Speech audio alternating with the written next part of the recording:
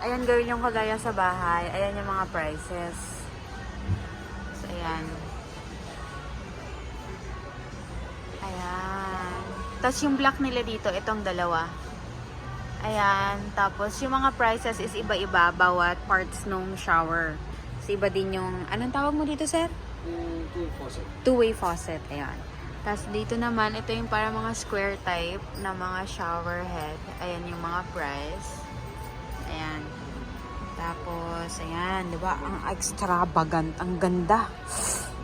Ang ganda. Diba? Ilan lang naman yung ano natin? Ang ating banyo. Ang ganda na itong ano. Sa nakikita ko dito ah. Ayan. Tapos ito din. Ang gaganda nilang lahat. Pwede na silang iuwi. Charot. Ayan.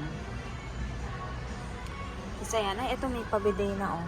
Depende kung ang ano mo itawag to. Kasi may sarahan ng shower natin. So, dito lang tayo sa mga to. Ayan. At syempre, ito na. Ang ating kailangan. Grabe yung presyo niya. Gold. Di ba gusto mong gold? Ang ganda. Pero 5,300 yan. 5,380. Pwede din ang black sa lababo. Ito. Or gold. Ayan yung mga prices. Tapos, ito. Meron pa din dito ng black. Baka gusto mo pati hanggang lababo is black. Ayan din. 5,100 yung isa. Yung itong isa is 4,770.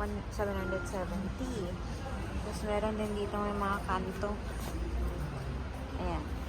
Ito, ayan yung price. Ayan. Tapos ito, ayan yung price.